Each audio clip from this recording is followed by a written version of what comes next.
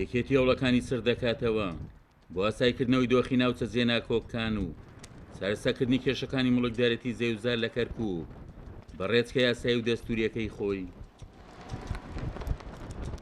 ئەندامێکی مەکتەبی سیاسیەکێتی دەڵێت پرسی کەرکووک ئەو لەوێتی داخوازیەکێتی دەبێت بۆ هەر دانوستانێک کە بۆ پێکێنانی کابینەی داهاتووی حکوومەتی عێراق ئەنجام بدرێت.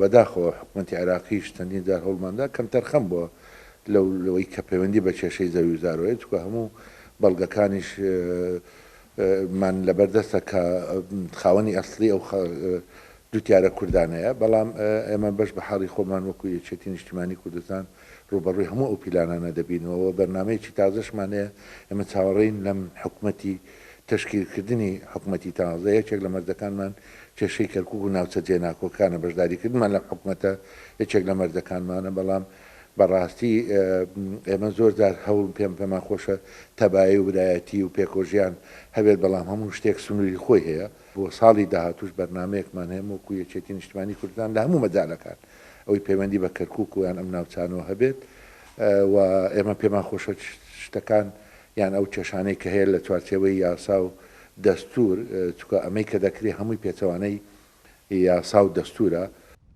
ئاسۆما مەندەندامی مەکتەبی سیاسیەکێتی لەبارەی ڕوبەڕبوونەوەی شەڵاوی تعریبیش لە کەرکووک ئاشکرای دەکات. لە چەند ساڵی ڕابردوودا و تا ئێستاش یەکێتی شکستی بە شەڵاوی تعریب لە کەرکووک هێناوە.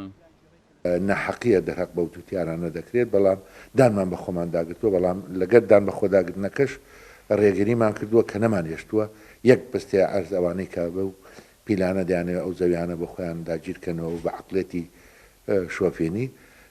بەڵام جارێک کە تاکی دەکەینەوە بۆ هەموو ئەگەرێک، یعنی چاوەڕێنە ئەم شتانە بە دەستور و بە قانونی چارەسەرکردی ئەگەنا ڕێپێوان بێت، مانکردن بێت، هەر ڕوبەڕووبوونەوەیەک بێت کە دیفاع و داکۆچی لەو جووتیارانەیان لەو کێشانەی کە ڕوبەڕووی کەرکووک و ناوچانە دەبنەوە ئێمە پشتیوانیان لە یەکەین و لەگەڵیان نەبین، و ئومێد دەکەین ئەم حکوومەتێک کە دروست شەبێیان ئەم حکوومەتی داهاتوو کە دروستە بێت بتوانێت بە زووترین کات ئەم کێشانە چارەسەر بکە.